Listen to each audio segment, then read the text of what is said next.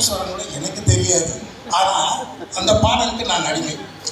அதாவது திருமந்தத்தில் வந்து ஒன்று சொல்லுவார் திருமூலர், யான் பெற்ற இன்பம் பெருக இவ்வையகம் வான் பற்றி நின்ற மறைப்பொருள் சொல்லி ஊன் பற்றி நின்ற உணர்வொரு மந்திரம் தான் பற்ற பற்ற தலைப்படும் தாளை.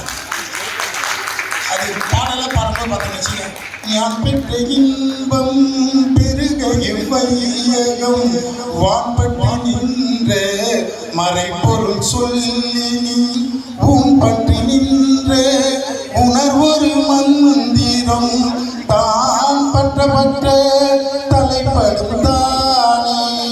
இப்படி கேட்கறதுக்கு இனிமையான ஒரு பாடல் திருமந்திரம். ஆனால் சூட்சமாக ரகசியமாக உள்ள இருக்கு ரகசியம்.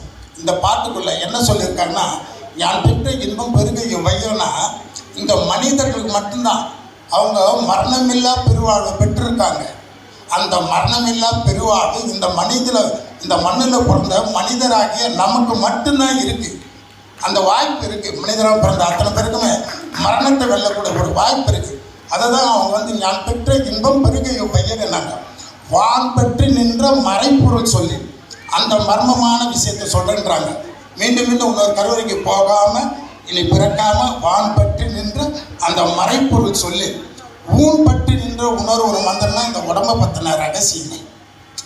இந்த உடம்பு ஒரு நாளைக்கு 21,600 ட்ரிப்பு நம்ம சுவாசிக்கிறோம். 24 மணி நேரத்துக்கு இந்த காற்று இது 2 மணி நேரத்துக்கு ஒரு மாறும். இந்த உடம்பை பற்றின ரகசியம் சொல்கிறாங்க.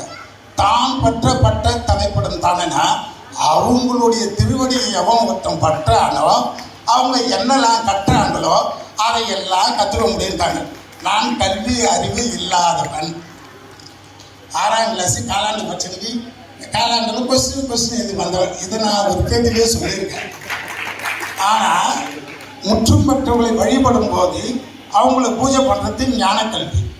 அந்த ஞானக்கல்வியை பயந்துகிட்டே வந்தோம்னா நம்ம வணங்கக்கூடிய தலைவன் யமனை வெண்ண மாதிரி மூணும் நமக்கு வந்து சாகா கல்வியே தெரிய வரும். ஆனால் மனிதன் பிறந்த நம்ம எதோட ஃபாலோ பண்ணனா முதுபெரும் தலைவன் ஆசான் சுப்பிரமணியன் ஆசான். இது வந்து ஏன்னா தமிழ் மண்ணுக்கு உரிமையான தமிழ் கடவுளே முருகன் தான்.